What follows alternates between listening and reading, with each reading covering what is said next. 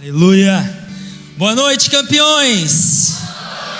Tá fraco, irmão. Esse não é de campeão, isso. Vamos de novo. Boa noite, campeões. Isso. Uau, aplaude Jesus aí, irmão. Glória a Deus. Aleluia. Glória a Deus. Queridos, eu quero ler com você um texto que a gente vai usar como base para essa ministração. Abre comigo lá, ou liga a sua Bíblia, não sei.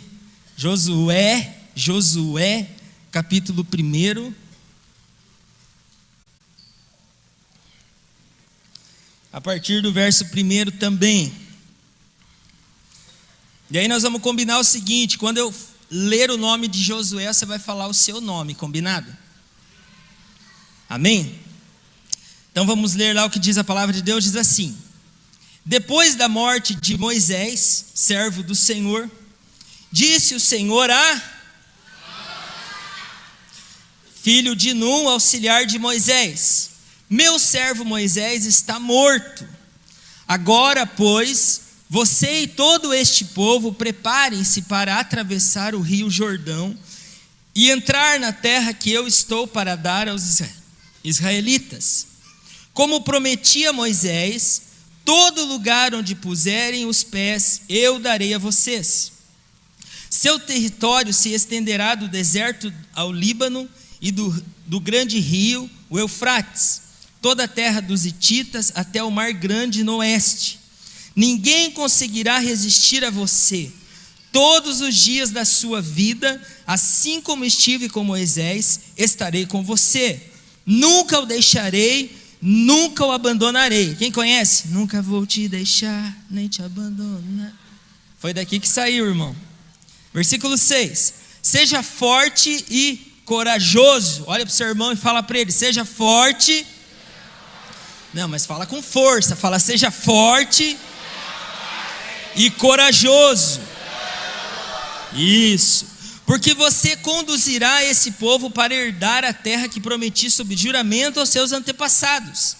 Somente seja e muito tenha o cuidado de obedecer toda a lei que o meu servo Moisés lhe ordenou. Não se desvie dela nem para a direita, nem para a esquerda, para que você seja bem-sucedido por onde quer que andar. Não deixe de falar as palavras desse livro da lei e de meditar nelas de dia e de noite, para que você cumpra fielmente tudo que nela está escrito. Só então os seus caminhos prosperarão e você será bem-sucedido. Amém? Irmãos, hoje eu quero conversar com você sobre um líder extraordinário. Fala para o seu irmão: você é um líder extraordinário. Amém? Então, quando nós lemos esse texto, eu fico pensando, né? Moisés foi escolhido por Deus para substituir nada mais, nada menos do que Moisés. Então, eu acho que esse Josué não era pouca coisa. Quantos concordam comigo? Eu fiquei pensando que esse cara deveria ser, no mínimo, extraordinário, né? E o versículo 1 já passa um recado para nós, né? Que diz que o Senhor disse a Josué. Então, eu quero já nesse início dizer para você que todo líder extraordinário, ele precisa ter uma palavra de Deus. Você e eu, nós precisamos ter uma palavra de Deus para aquilo que nós estamos fazendo. Nós precisamos ter essa palavra que no decorrer da caminhada vai nos sustentar nas adversidades que virem. Essa palavra vai servir como rema para a nossa vida. É muito bom a gente ouvir nossos líderes, nós sermos motivados, aconselhados, mas é muito importante você ter a convicção do que aquilo que você está fazendo foi Deus que ordenou você a fazer. Porque senão lá numa altura do campeonato, né, você pode dizer, mas eu nem queria fazer, fiz porque o meu líder falou, porque o pastor falou. Mas quando você tem uma palavra de Deus, nada para você. Segundo, ele disse, o meu servo Moisés está morto. Aí tem um ponto final, meu servo Moisés está morto, ponto. Agora pois, esse agora pois é a mesma coisa que dizer assim, acabou esse ciclo e agora pois nós vamos começar um novo ciclo. Vamos começar um novo momento, uma nova história. E esse ciclo se fechou, acabou, inclusive morreu, que foi o Moisés, morreu. Um líder, ele precisa saber iniciar e encerrar ciclos na sua vida. Um líder precisa saber em que fase dos ciclos da vida dele ele está. Por quê?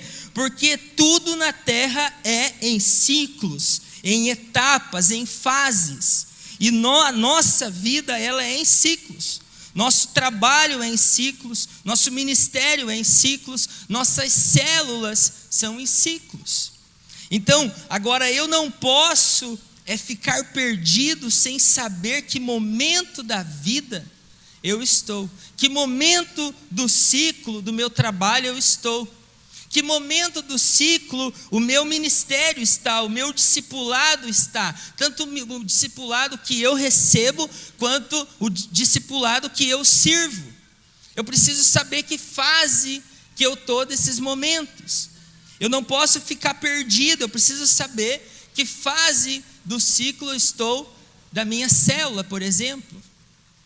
Eu não posso me perder nisso. E na vida também. 1 Coríntios 13, 11, você conhece, diz, quando eu era menino, falava como menino, pensava como menino, raciocinava como menino, quando me tornei homem, deixei para trás as coisas de menino. Então aqui, esse texto, Paulo está dizendo, olha, você precisa identificar os ciclos. Existe o período que você é criança, você é juniores, cadê os juniores? Tem juniores aqui ou não? Aí, tem o período que você é start, cadê os starts? Aí, tem o período que você é Difflin, Tem o período que você é adulto, Então, tem o período que você já é velho. Cadê os velhos? Cadê os velhos?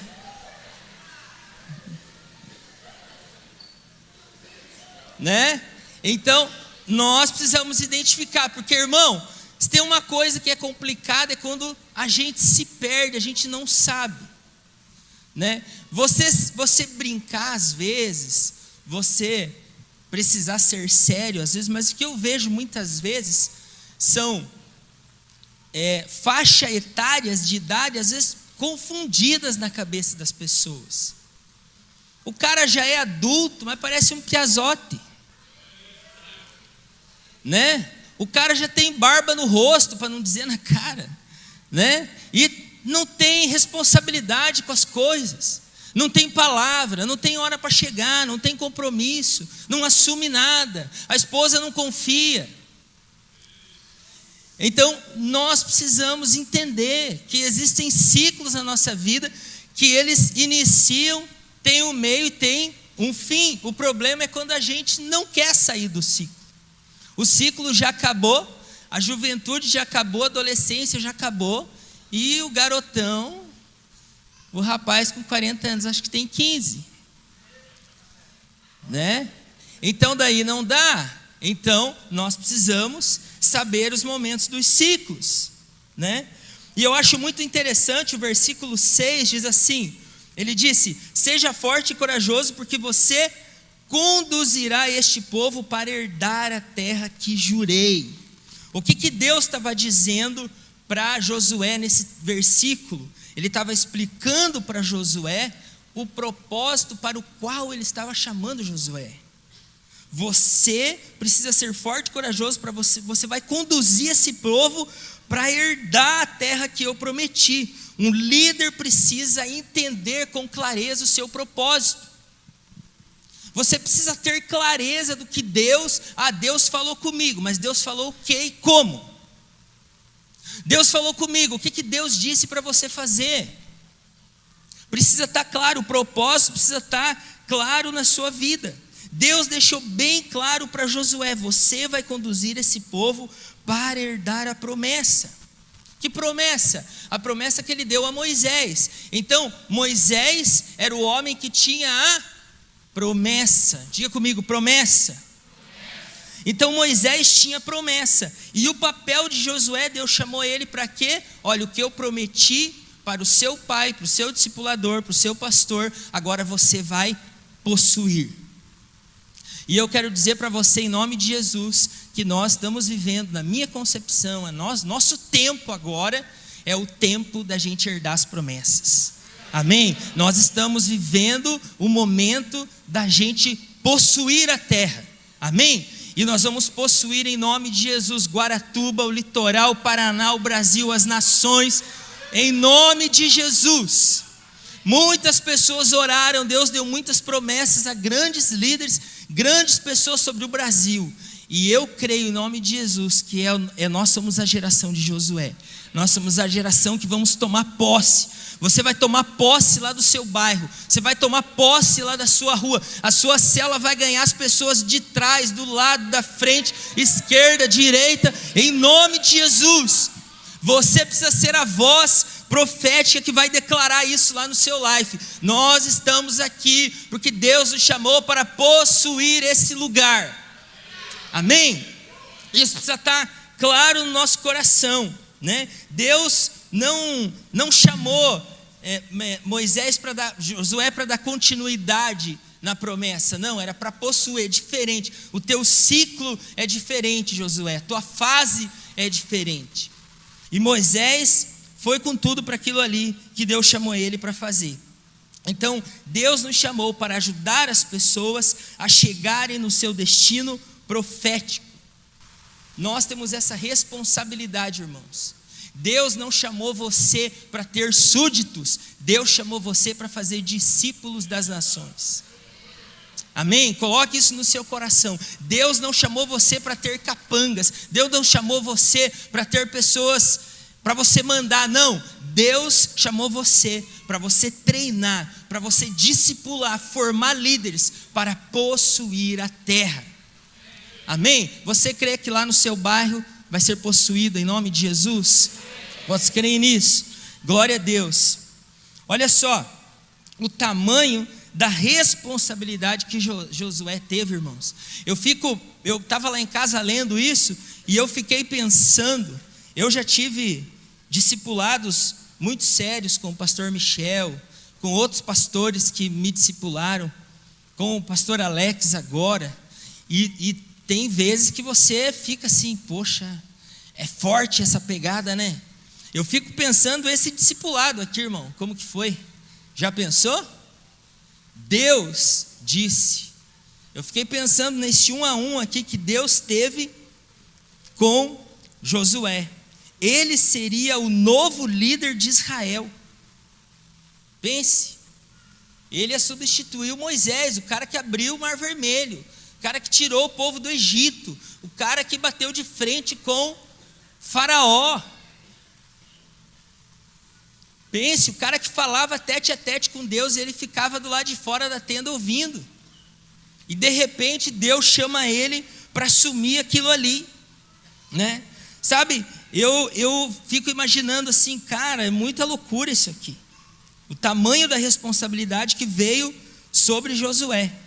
E eu fiquei pensando o seguinte, que para Josué, ele era jovem, provavelmente deveria ter entre uns 35 e 40 anos, uns 40 anos, se eu não me engano. Eu estou com 44, e eu acho que eu não estou pronto para um tete a tete desse, para um negócio tão sério assim. E Deus teve essa conversa com Josué. E aí, nessa conversa que Deus teve com ele, eu acho muito interessante, porque Deus fala com ele, Deus mostra para ele o propósito daquilo que ia fazer, e no descorrer do capítulo, nós vamos ver juntos aqui, que Deus dá uma receita para Josué, para ele poder cumprir essa missão. Por quê? Porque não é fácil Liderar pessoas, irmãos, não é fácil. Pense, como que eu sei que não é fácil? Porque eu não sou fácil. Quem aqui é fácil? Você é fácil, irmão? Sim ou não? Quem é facinho aqui? Ninguém. Não é fácil. Então, imagine a responsabilidade de Moisés, né? E Deus confiou isso nele e deu uma receita para ele. E a primeira receita que Deus dá para ele, uma das primeiras coisas que Deus, depois de explicar o propósito para ele, e repete isso por 3 vezes no capítulo, Deus diz para ele que ele precisa ser forte e corajoso, não desanimar e não se apavorar. E eu entendo isso aqui como 3 tópicos super importantes que todo líder precisa. Eu preciso, você precisa, e Josué precisou. E eu dividi esses 3 tópicos no seguinte, anote lá. Primeiro tópico, você precisa, para a sua liderança ser extraordinária, você precisa ter um corpo de ferro. Fala comigo, corpo de ferro. Mais forte, corpo de ferro. Segundo, você precisa ter nervos de aço. Vamos junto, 1, 2, 3. Nervos de aço. E terceiro e último, você precisa ter o coração de Deus. Amém? Agora o terceiro tinha que falar mais bonito, irmão. 1, 2, 3 e... coração de Deus. Sensacional. Então, você vê que quando Deus fala para ele, seja forte.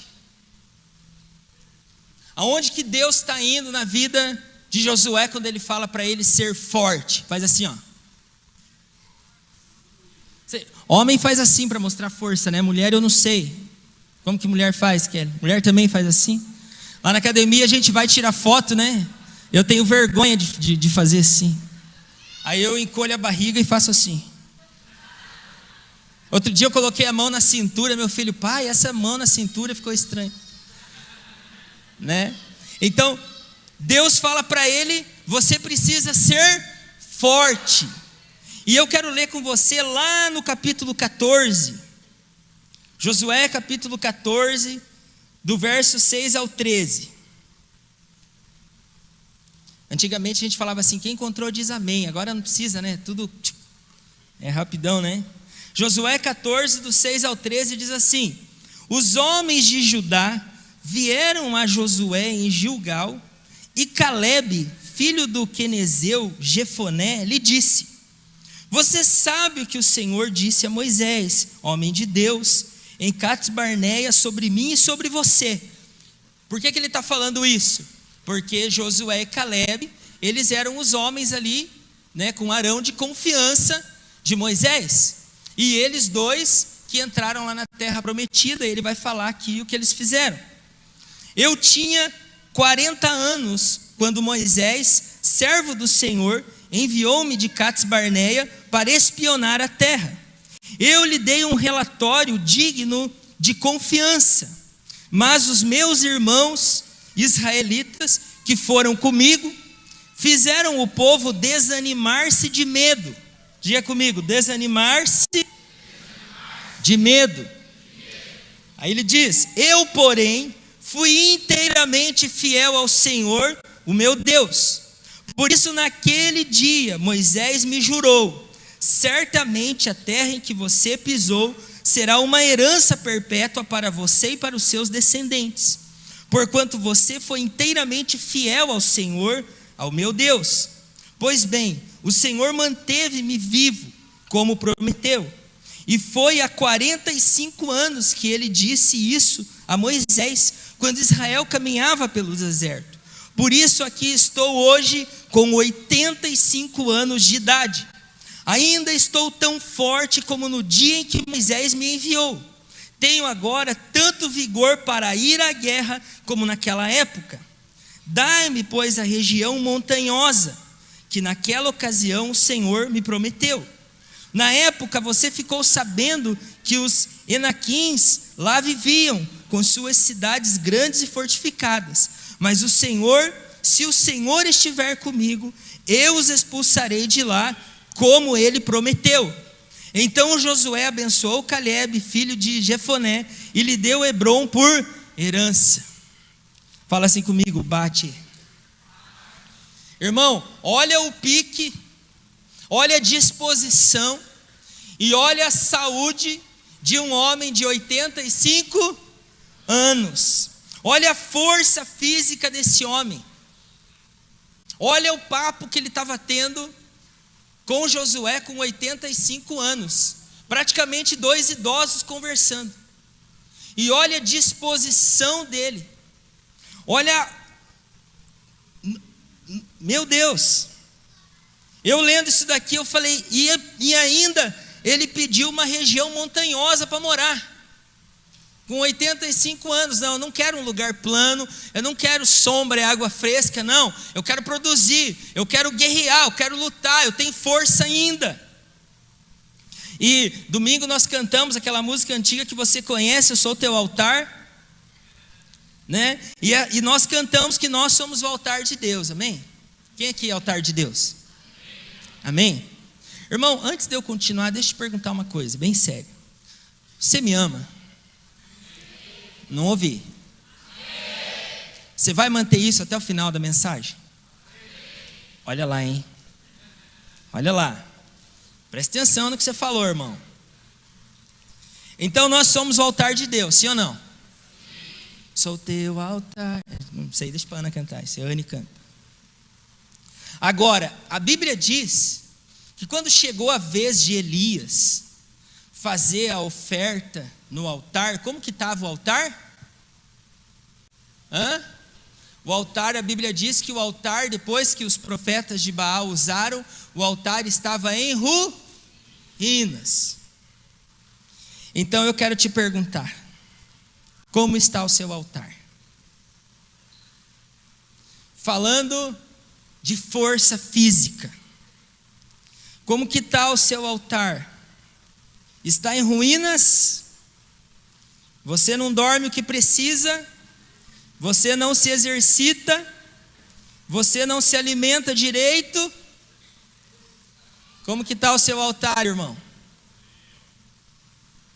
Como que está o seu? Olha para o seu irmão aí, pergunta para ele, como que está você, altar?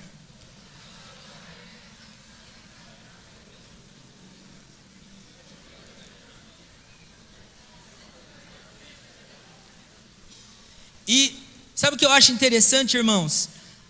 Que tem pessoas, muitas vezes, eu tenho constatado isso e outros líderes também conversando. Às vezes você vê lá uma pessoa, às vezes ela está com o semblante triste, abatido, sem força. E não é que ela está com problemas espirituais. Não, sabe o que é? Falta de vitamina. Falta de hormônio. Falta de dormir o tempo que precisa. Passa a noite no Instagram e no Facebook.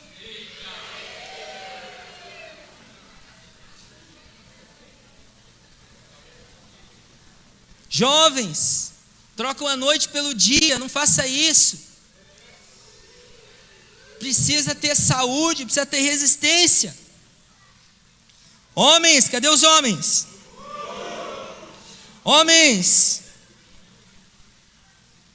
se no dia dos namorados, que vai ser dia 12 agora, sua esposa chegar em casa e pedir para você para levar ela no colo para o quarto, cadê a força?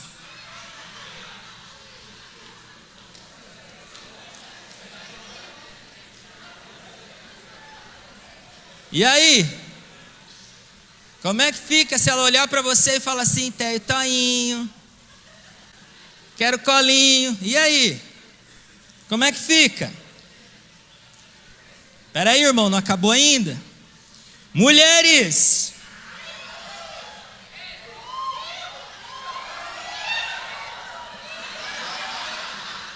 mulheres, e se o seu marido quiser ser romântico no dia 12, olhar para você e querer pegar você no colo para levar para o quarto? E aí, minha irmã?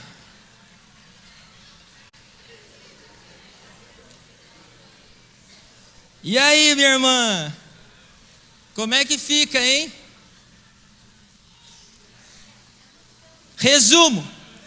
Resumo, não vai rolar nada.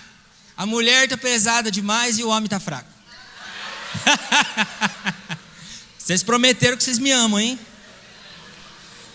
Irmãos, olha só. Caleb tinha quantos anos?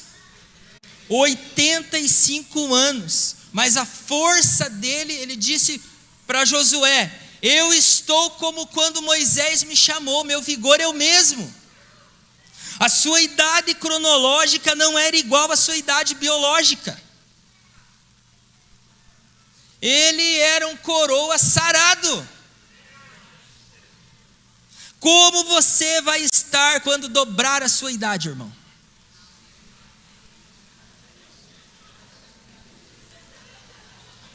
Como que você vai ficar quando dobrar a idade?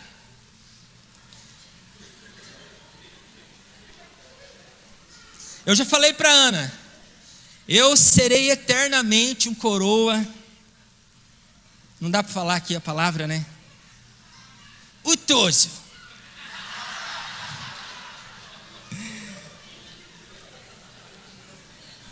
Só que, irmãos, olha só, hoje é diferente. A Bíblia diz que os jovens são fortes. Cadê os jovens? A Bíblia diz que vocês são fortes. Quando eu digo jovens, irmãos, é abaixo de 85. A Bíblia diz que os jovens são fortes, mas eu vejo às vezes pessoas de 20, 30 anos, parece que tem 70. Rapaz, tem um pastor amigo meu que ele fala assim: rapaz, ele é mineiro, ele fala: rapaz, não acredito não, cara. O cara, se ele servir em 3 cultos, morreu no 3º, irmão. Às vezes eu vejo ali alguns irmãos, eles servem 3 cultos, no final, daqui a pouco nós temos que ter uma ambulância para as church para levar o irmão para cá. Mas isso é consequência do que, irmão? Falta de exercício, falta de move, falta de comer o que precisa, de dormir o tempo que precisa. Sabe, irmãos, às vezes a gente come um monte de besteira que não serve para nada. E eu quero te dizer uma coisa: entre você comer um monte de besteira, às vezes é melhor você fazer um jejum. Eu ouço às vezes as pessoas falam assim: eu não posso ter uma vida fit, porque eu não tenho grana para comprar as frutas que precisam, é tudo muito caro, as coisas que precisam. Irmão, faz jejum. O jejum, irmão, vamos ver se eu consigo. Eu ensaiei para falar a palavra lá no meu quarto de oração.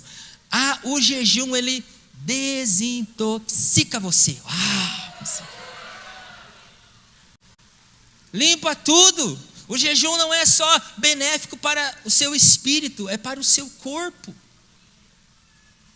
Tira tudo que não presta. Então, o jejum deixa você com uma visão mais clara. Eu não sei você, quando eu jejuo, você fica mais espiritual, sim ou não, irmão? Eu fico mais crente quando eu estou jejuando, sabia? E fisicamente também, melhor. Se é uma coisa que eu gosto de fazer, é correr e treinar no dia do meu jejum.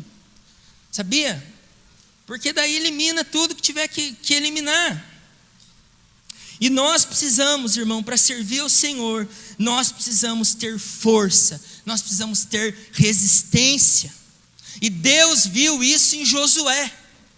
Josué é um cara forte. Como que Deus vai ungir você? Como que Deus vai chamar você? Se você tem dificuldade para acordar de manhã, por exemplo.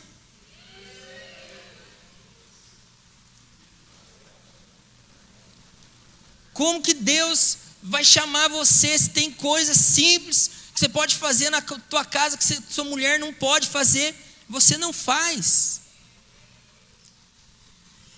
Então, força. Fala assim: eu tenho a força.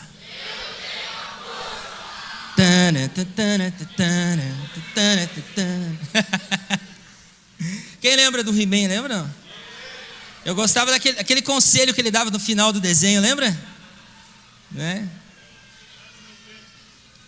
Irmão, olha só, quero te dar uma dica, tá? Começa, não faz loucura não. Eu falo por mim, irmão. Eu aprendi errando. Não faz loucura não. Começa devagar. Começa treinando 3 vezes por semana, um dia sim, um dia não. Começa uma caminhada, começa pedalando. Ah, não tem dinheiro para academia, irmão. Vai a pé para o trabalho, volta a pé. Sabe? O dinheiro que você está gastando com Uber, por ter preguiça de andar a pé, você compra as coisas para casa. Anda a pé, Guaratuba é tudo perto. Esse dia meu carro estragou. Aí eu precisava vir no mecânico, eu tinha corrido 5 km de manhã.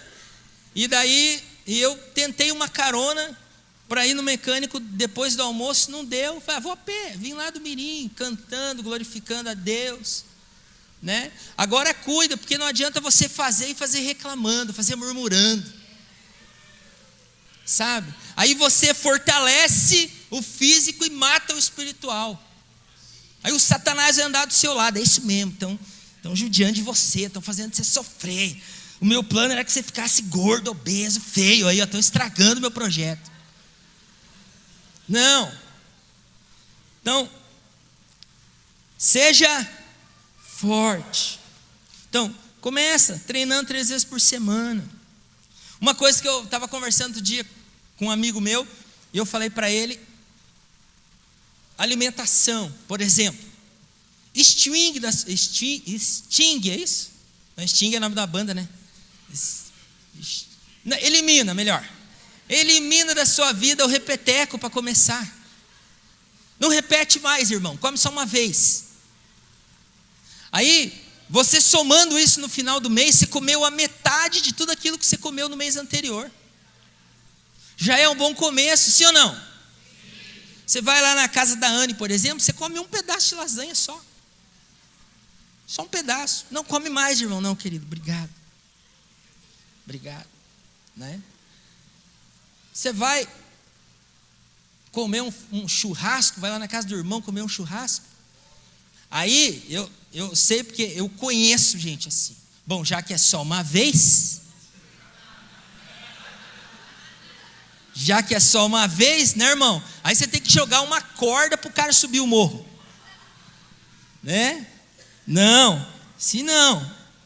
Então, terceira dica, não coma só o que te dá prazer, mas o que te faz bem. A gente se alimenta muito baseado no prazer, sim ou não? Quem não gosta de um açaí com aquele monte de coisa? É ruim, né? No verão. Lá em casa, eu e os meninos, a gente gosta muito de vitamina de abacate, de mamão, de banana, né? Mas vai muito açúcar. Aí nós começamos a fazer sem açúcar. Irmão, é tão gostoso. Tiramos o açúcar, né? Então, nós precisamos nos atentar, irmãos, e resolver isso urgentemente. Amém? Olha para o seu irmão e fala para ele, com urgência. Amém? Eu lembro que teve um período aí que a gente estava postando foto lá no GL, dos irmãos correndo na academia. Morreu na casca. Não vi mais. Morreu na casca. O que eu estou fazendo agora, irmão? Eu estou ficando metido agora. Eu estou aprendendo. O Lucas prometeu que ele vai me dar umas aulas de Instagram. E eu estou até pensando em fazer uma live. Uau! Né? Fazer uma live. O que nós vamos conversar na live? Sobre pesca, sobre Deus e sobre exercício. Estou pensando nisso. Mas eu estou metido, eu vou lá na academia, eu tiro foto, chego lá no espelho. Antes eu via as pessoas às vezes falavam, cara, se alugando ali, tirando foto. Cara metido. Agora estou eu lá. Para que isso? Para incentivar você, cabeção. Para tirar você desse marasmo aí que você está. Seja forte. Amém? Fala assim, eu sou forte. Amém? Segundo, não sei se vai dar tempo dos 3, mas vamos lá. Segundo, nervos de aço. Quem já ouviu aquela expressão assim, eu estou nos nervos hoje? Sei, lá na minha cidade minha mãe falava isso. Estou nos nervos com vocês. Né? Mas a gente fala isso por quê? Porque essa expressão está relacionada às nossas emoções. Né? E quando Deus fala para Josué, seja corajoso, não desanime, nem se apavore, o que Deus está falando? Deus está falando do coração, Deus está falando da alma, Deus está falando das emoções. Você precisa ser um líder com as suas emoções calibradas. Você precisa ter o seu coração, a sua alma, que é a mesma coisa, coração, alma, emoção. A Bíblia fala de coração, mas é a alma, a emoção, é nosso intelecto, nossas vontades. Deus disse para você, precisa ser corajoso. O que é o contrário de corajoso? Medroso. Então não, para você ser um líder extraordinário, você precisa ter coragem, você não pode desanimar, você não pode se apavorar. Henry Ford, ele tem uma frase que eu acho muito interessante, que ele diz assim: há mais pessoas que desistem no mundo do que pessoas que fracassam. Por quê? Porque a pessoa que desistiu, ela nem tentou. Ela olhou a jornada, não, eu nem quero. Agora a pessoa que fracassa, não, ela fracassou porque eu fracassei muitas vezes em alguns projetos, algumas coisas. A gente fracassa lá na academia. Hoje mesmo foi o dia do fracasso para mim lá. Porque, irmão, você ficar de ponta cabeça e fazer flexão de ponta cabeça, pela misericórdia, eu quase coloquei a mão na cabeça da instrutora, falei, ó, Jesus, né? Você fazer 30 burpees, sair correndo, dando a volta na quadra e voltar, fazer mais 30 burpees, irmão, é misericórdia. E a gente fracassa, mas a gente não para. Fala para o seu irmão, você pode fracassar, mas você não pode parar. Agora fala para você mesmo, fala, eu posso fracassar, mas eu não posso parar. Amém? Então, irmão, para você não desistir, você vai precisar ter nervos de aço. Nervos de aço no casamento, nervos de aço na família, no trabalho, no ministério, porque você vai ter problemas. Nós passamos por problemas. Líderes são pessoas que amam resolver problemas. Por isso que são líderes. Pessoas que correm de problemas não são líderes. Se você tem pavor de problemas, você está na função errada. Líder gosta de enfrentar problema, de resolver problema.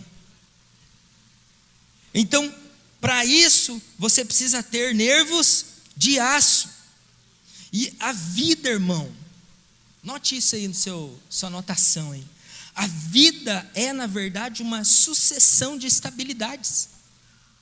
Não é sempre que as coisas dão certo, não é sempre que você está no controle, não é sempre que as coisas acontecem do jeito que você planejou.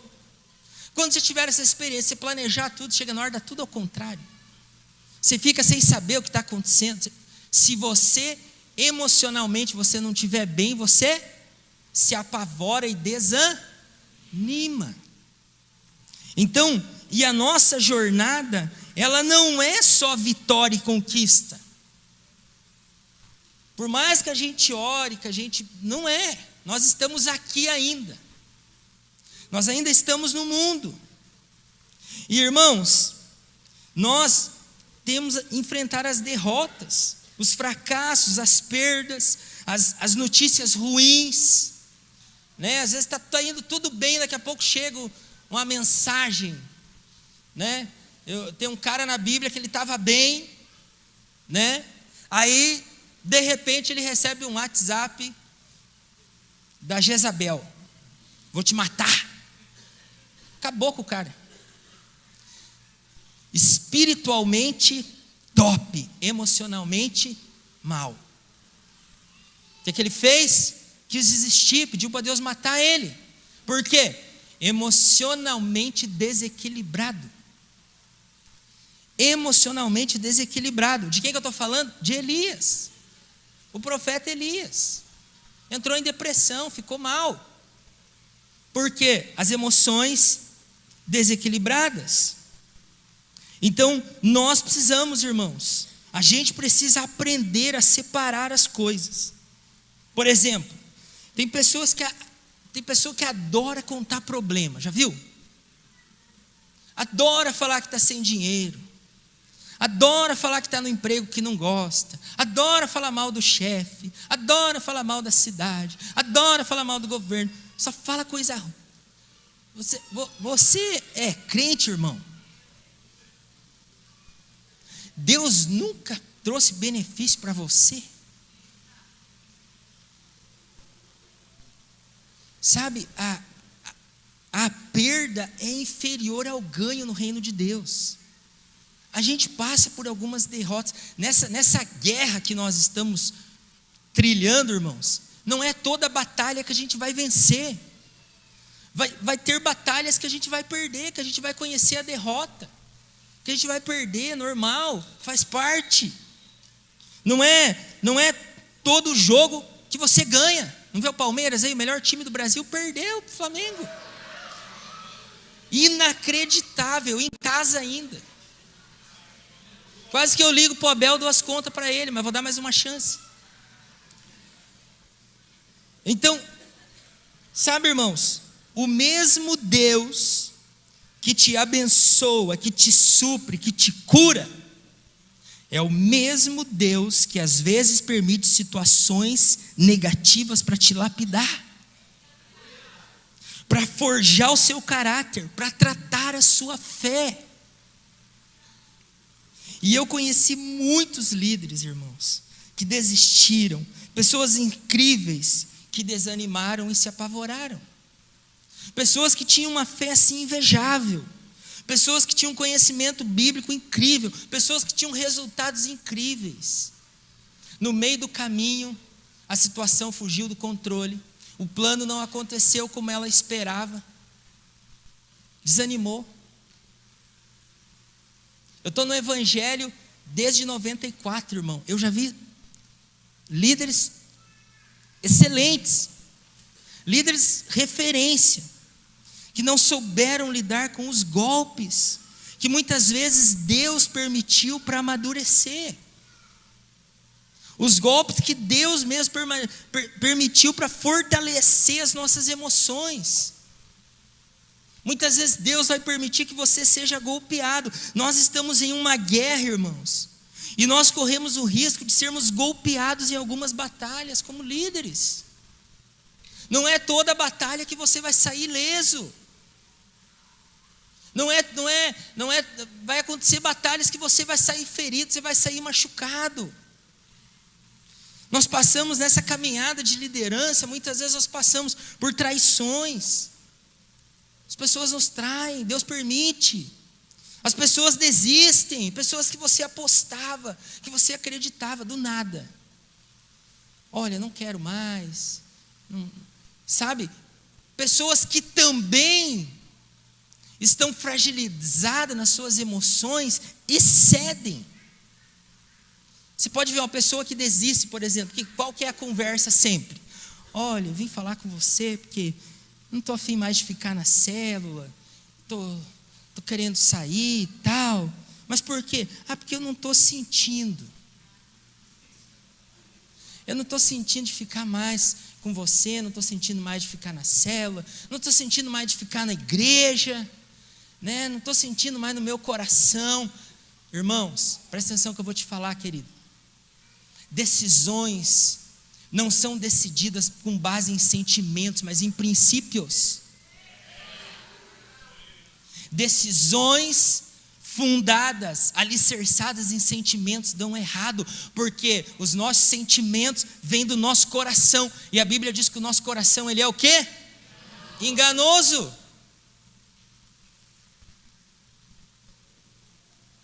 Como que você decide a sua vida baseada no coração? E o mundo está gritando isso hoje. Ouça o seu coração,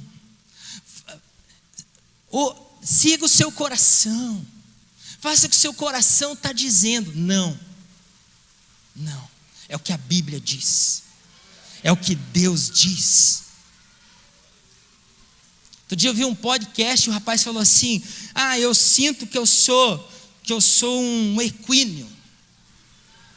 Ou seja, Daí o cara falou assim: por quê? Você se sente um cavalo? Ele falou: não, nem cavalo e nem égua. Eu sou um cavalê. Aí o cara que estava do lado falou assim: então tem que dar uma carroça para você puxar então. Olha a doença nas emoções. Pessoa baseada no sentimento. Então, o que Deus estava dizendo para Josué? Seja forte, seja corajoso, não desanime, porque esse povo não é fácil, esse povo é teimoso, eles são reclamões, e muitos deles, Josué, nasceram no deserto. Eles não viram o que eu fiz no Egito para liberar o povo. Eles vão duvidar de você, eles não vão acreditar em você, eles vão trair você, eles não vão confiar em você, eles vão duvidar de você. E a Bíblia, Jesus disse isso. O que Jesus disse? No mundo tereis aflições. O que te deixa aflito? O que me deixa aflito? É quando você precisa resolver algo, você não resolve. É quando você quer fazer algo, você não consegue, ou você está esperando uma resposta, não vem. E aquilo vai te afligindo. Só que não é errado você sentir aflição. O errado é você viver a consequência, você desanimar, você desistir por causa da aflição. Então, nós precisamos, ele diz: no mundo tereis aflições, mas tem de bom ânimo. E não é qualquer ânimo, é um bom ânimo. Fala para o seu irmão: tem um bom, fala assim, ó, bom ânimo. Ou seja, não é um ânimo qualquer, irmão, é um bom ânimo. É aquele bom dia de mão apertada. Bom dia, querido, Deus abençoe seu dia. Sabe? Um bom ânimo. A Bíblia que diz, né? Então, a gente precisa crer que Deus está trabalhando para fortalecer as nossas emoções. Ou seja, a vontade de Deus é que eu e você tenhamos o nosso interior forte. E Deus permite certas situações para que a gente possa exercitar o nosso domínio próprio. Amém, irmãs? Exercitar o domínio próprio. Sabe, irmãos, tem duas atitudes que nós podemos ter com nossas emoções. Note lá. Uma dessas duas coisas a gente vai fazer. A primeira: ou você vai se fechar e não vai falar nada, e vai morrer por dentro. Você não vai fazer de conta que não está acontecendo nada, mas por dentro você está mal, né? Ou você vai falar tudo de qualquer jeito, sem pensar e matar todo mundo que está em volta de você. As duas não são saudáveis. Nenhuma das duas são boas. Primeira coisa que você precisa fazer quando você está com um problema de relacionamento, você se sentiu machucado, ferido, porque acontece, irmão. É um bando de gente imperfeita. Só tem um perfeito no meio de nós. E mataram ele, mesmo sendo perfeito. Jesus. Então, quando você tem problemas emocionais, primeira coisa que você deve fazer: buscar a Deus. Buscar o refrigério de Deus. O pastor Alex falou domingo que muitas vezes no tempo com Deus dele, ele chegava lá, não tinha o que falar. Ficava ali: Deus, estou aqui. Gente, quantas vezes eu fiz isso? Chegar no tempo com Deus, sentar, ligar um instrumental, uma música e ficar ali: Senhor, estou aqui, eu nem sei o que falar. A situação está tão difícil que eu não quero murmurar, não quero reclamar. Eu só preciso da tua presença. Eu preciso sentir tua presença, eu preciso do teu refrigério, Senhor. Só isso que eu preciso. Então, primeira coisa que você faz, você busca a Deus, busca o refrigério do Senhor. Depois, você procura uma pessoa de confiança, o seu discipulador, seu líder, e abre o coração. E depois, você se dispõe a resolver. Amém? Vamos falar junto? Buscar a Deus, buscar conselho e se dispor a resolver. Amém? Olha para o seu irmão e fala: entendeu, cabeção? Entendeu, irmãos? Agora,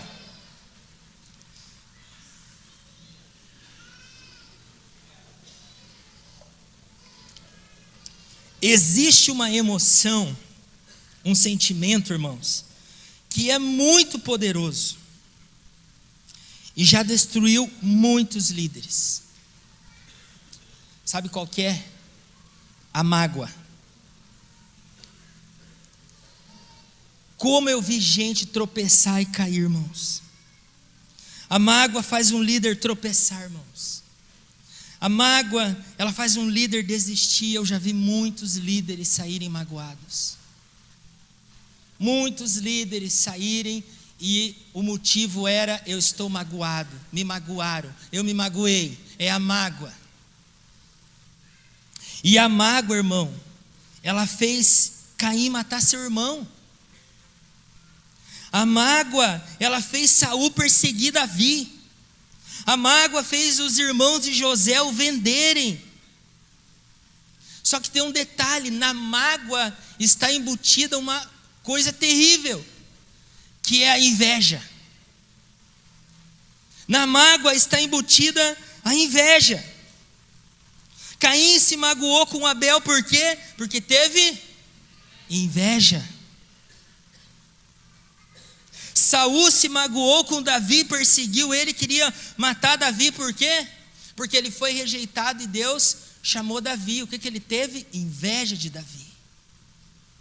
Os irmãos de José se magoaram com José, por quê? Porque tiveram inveja. E desses personagens que eu citei, falando de Caim, Caim, além de ter mágoa do irmão, Caim tinha mágoa de Deus. E como nesses dias nós temos encontrado pessoas magoadas com Deus. Porque Deus permitiu isso?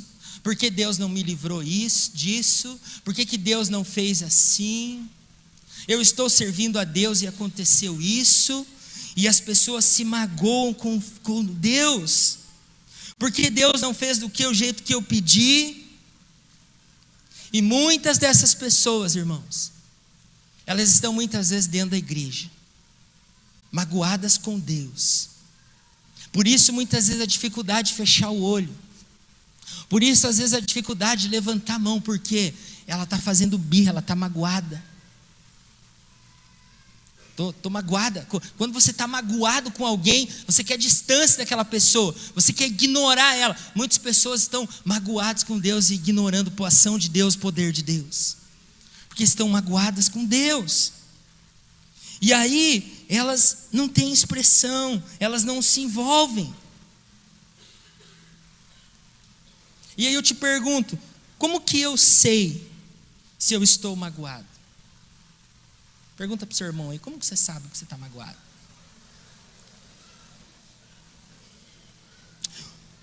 Primeiro sintoma, quando eu estou magoado, mas eu não sei que eu estou magoado, é quando aquela situação ela fica vindo repetidamente na minha mente.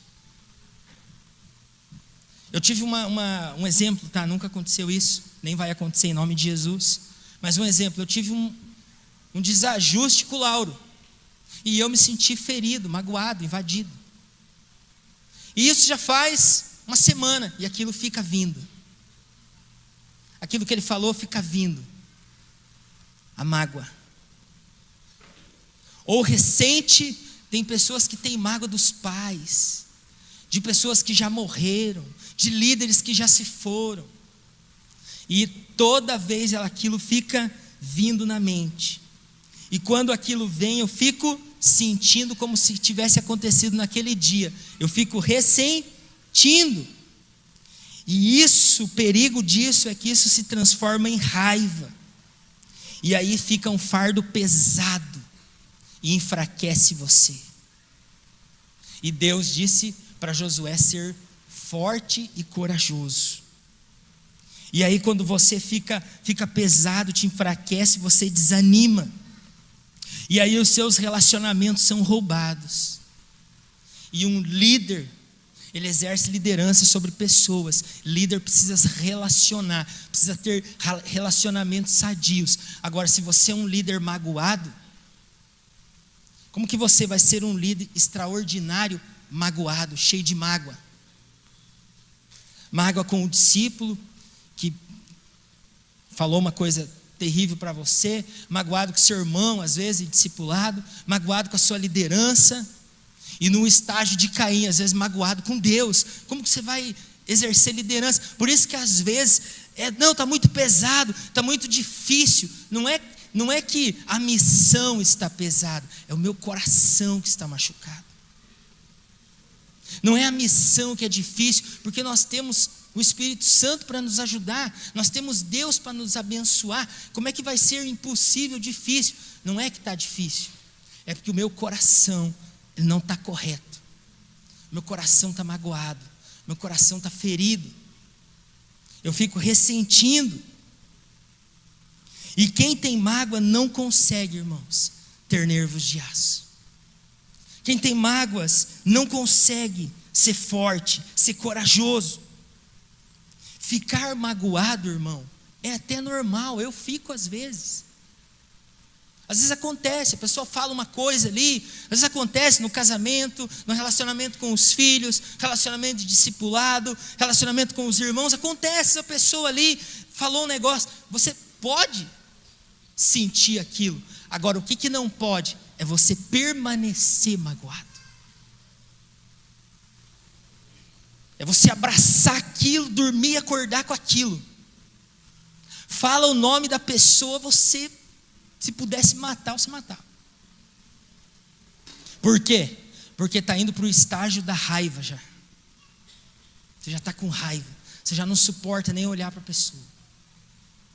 Diga assim, misericórdia.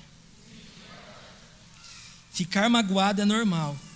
Agora, guardar a mágoa, irmão, é prejudicial. E eu quero falar com você as fases da mágoa. Eu gosto muito, irmão, desses temas, sabe? Deus mexeu muito na minha vida, na área emocional, na cura interior. Eu amo falar sobre isso. Sabe, a primeira coisa, o primeiro estágio da mágoa é o choque. Aconteceu uma situação com uma pessoa, a pessoa falou algo, você leva um choque. Tipo assim, nossa, para que isso? Como assim? Quem já teve essa sensação? Você leva, nossa, eu não esperava. Nossa, para que isso? É o choque. Depois, o segundo estágio da mágoa é a negação. Você não acredita. Nossa, eu não acredito. Não pode ser. Comigo. Logo comigo. Não, não é, tem alguma coisa errada. Não, não é, não está certo. Não é. E você começa a negar e querer fugir. Não, não é. Não é comigo, não pode, não era para mim, não pode ser, não é. E a terceira é a vitimação. É a vitimação. É você, puxa vida, é sempre comigo que isso acontece. As pessoas sempre arrumam um problema comigo. Poxa vida, eu faço tudo certo e sempre dá tudo errado. Porque as pessoas sempre me traem. Porque sempre as pessoas me abandonam. E aí nós exageramos. Agora eu não confio mais em ninguém. Agora eu não quero liderar mais ninguém. Agora eu não quero discipular mais ninguém. Ninguém é de confiança. E não dá certo. E eu não quero mais. E eu vou pegar uma nave espacial e eu vou para a Lua. Por quê? Porque a gente vai permitindo que os estágios da mágoa vá aumentando. E o quarto estágio são as explicações. Você quer entender o porquê daquilo. O porquê que isso aconteceu, você quer saber, você quer uma explicação. Por que a pessoa falou assim, por que aconteceu aquela situação, por que te envolveram naquilo, você quer saber o que está acontecendo. E nessa daí, muitas vezes, nós tomamos uma atitude que não é aconselhável. Às vezes nós vamos conversar com a pessoa envolvida. Você está na consequência do choque, você está na consequência da negação, da vitimação, e aí você vai conversar com a pessoa. Não é aconselhável, não vai dar boa, ela não vai saber te responder, a conversa não vai ser legal.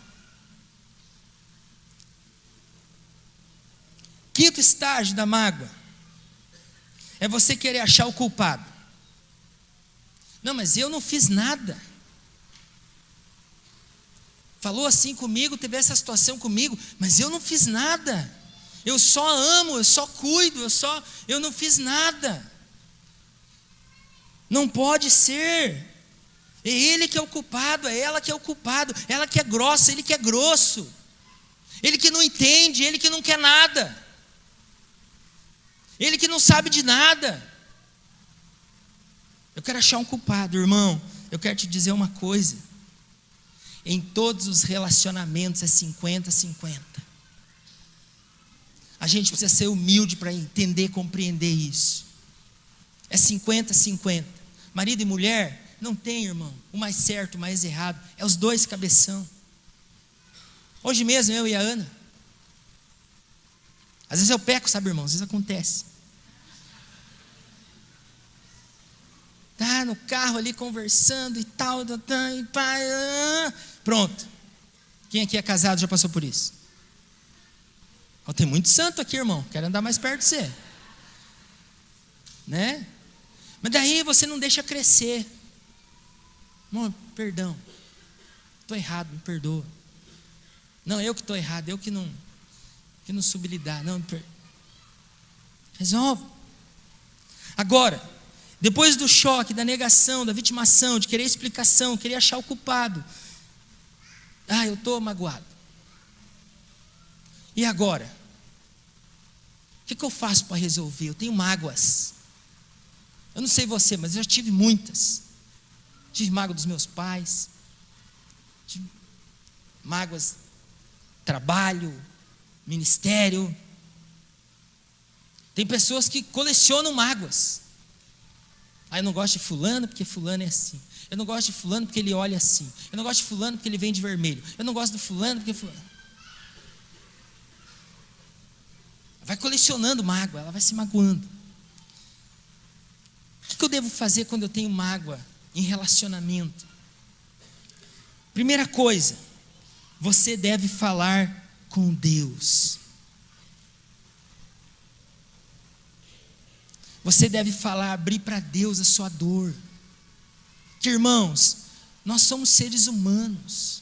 Nós somos de carne e osso, nós sentimos raiva, nós sentimos tristeza, nós sentimos mágoa, sim. Não vem falar para mim que não, santarrão, que sente sim. E na mágoa está embutida a inveja. Às vezes você não se aproxima daquele irmão, não tem um relacionamento bom com aquele irmão, porque você tem inveja. Porque você queria estar no lugar dele. A gente precisa ser humilde e admitir. E resolver, então, a primeira coisa. Eu preciso falar com Deus. Abrir para Deus a minha dor. Segundo, eu preciso falar com alguém. E no nosso caso aqui, na nossa visão, o discipulador.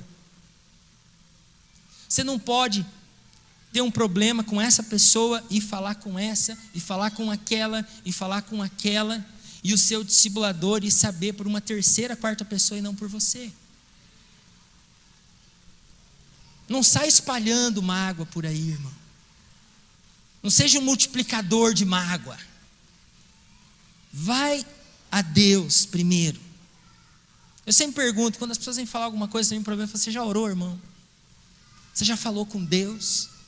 Porque a Bíblia diz que nós devemos buscar, pois em primeiro, a Deus. Então se você vem falar comigo antes de você falar com Deus, você está me colocando num lugar que eu não posso estar. Vai orar. Eu não sou Deus. Eu sou um servo seu. Eu estou te servindo, discipulando você. Mas eu não sou Deus. Inclusive eu não sou melhor que você. Nós somos iguais. Então, primeira coisa, buscar a Deus. Segundo, buscar conselho, buscar o seu discipulador. E aí depois, você vai pronto para perdoar e pedir perdão. Você falou com Deus, você ouviu um conselho, e agora você vai para resolver, não para acusar, não para matar, não. Você vai para, se precisar pedir perdão, eu peço perdão. Se precisar perdoar, eu perdoo. O que importa é eu arrumar, é eu ajustar. Eu não vou deixar a mágoa me vencer. Eu não vou deixar a mágoa se transformar em inveja. Irmãos, eu quero te dar uma notícia. E talvez você não goste de ouvir isso, mas são os golpes da vida que vão te deixar com nervos de aço. São os golpes da vida que Deus vai permitir muitas vezes para tornar você corajoso, para você não desanimar, para você não se apavorar. Amém? E terceiro e último, corpo de ferro, nervos de aço e um coração de Deus. Quero ler com você Atos 13, versículo 21, 22. Diz assim: então o povo pediu um rei, e Deus lhe deu Saul, filho de Quis, da tribo de Benjamim, que reinou 40 anos. Depois de rejeitar a Saul, levantou-lhe Davi como rei, sobre quem testemunhou: fala o seu nome, encontrei filho de Jessé, homem segundo o meu coração. Ele fará tudo o que for da minha vontade.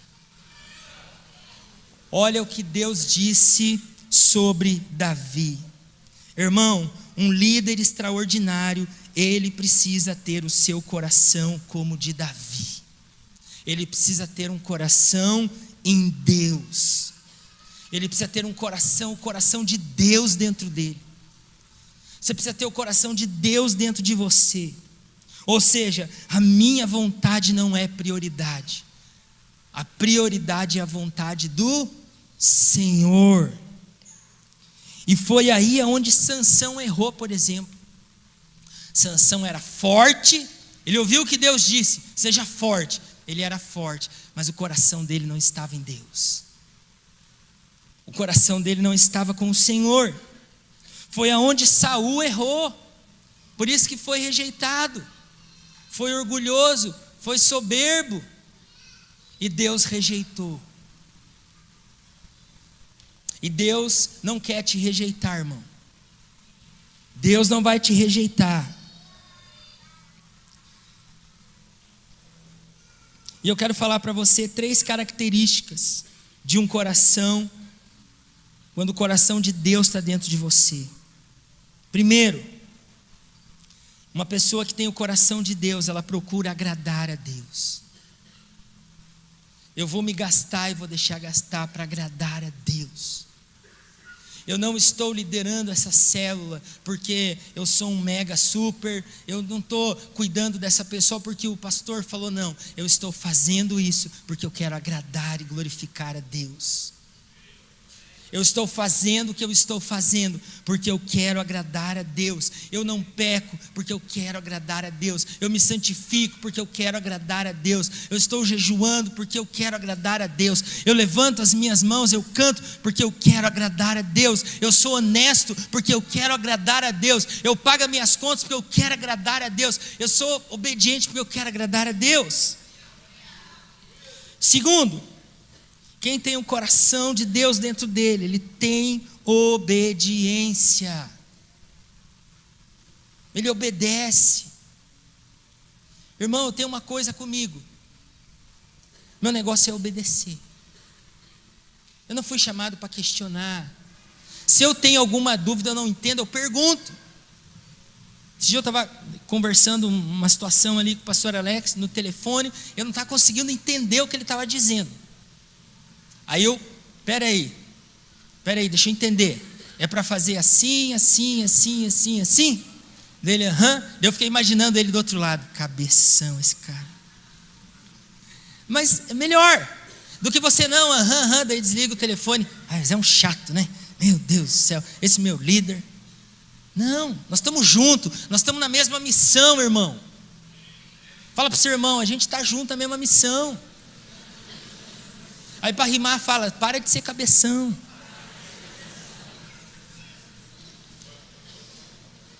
Terceiro e último,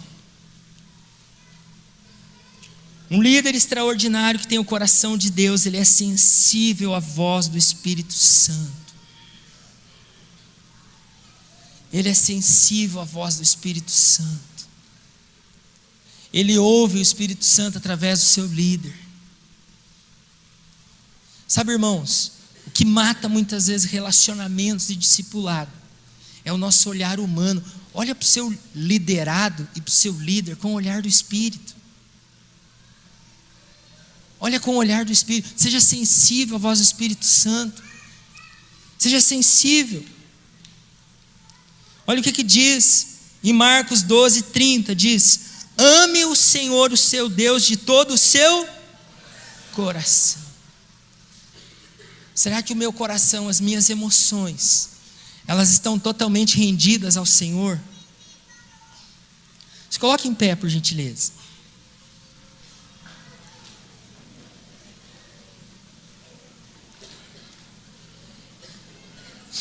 Ame o Senhor, o seu Deus, de todo o seu coração. Olha como a importância que tem as nossas emoções.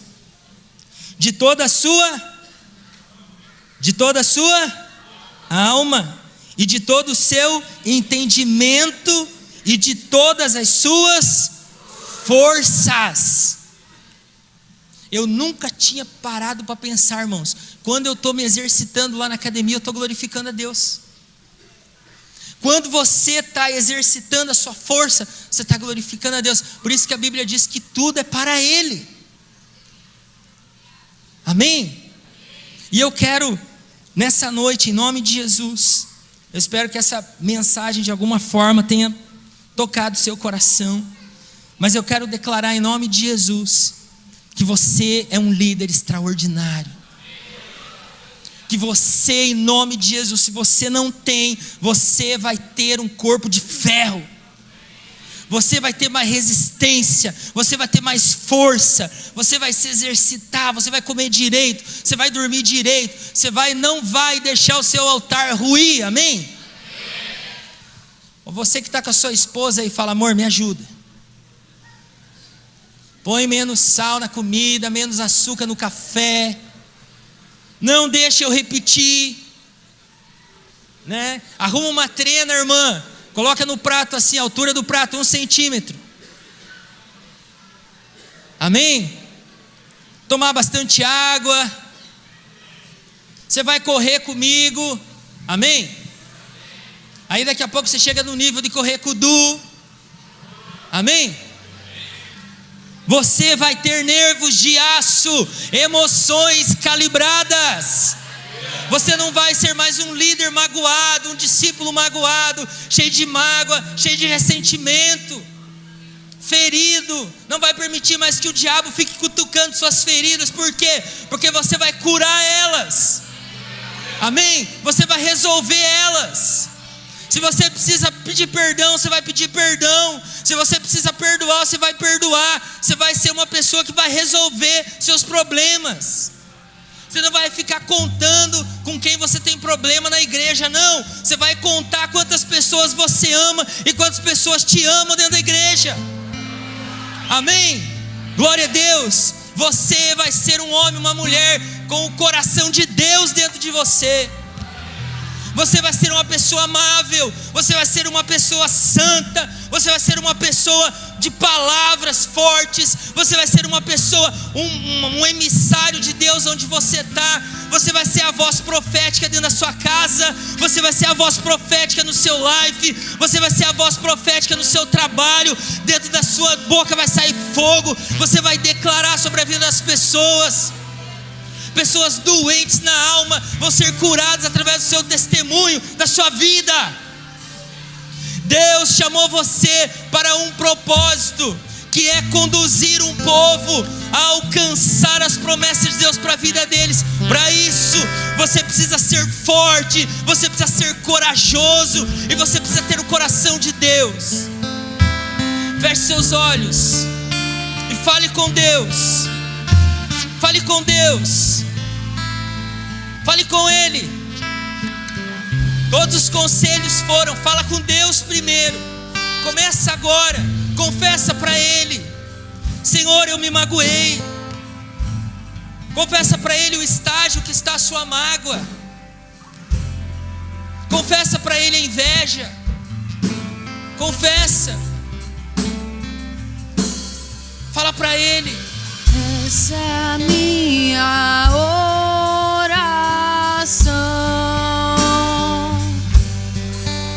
de joelhos dobrados, com meu rosto no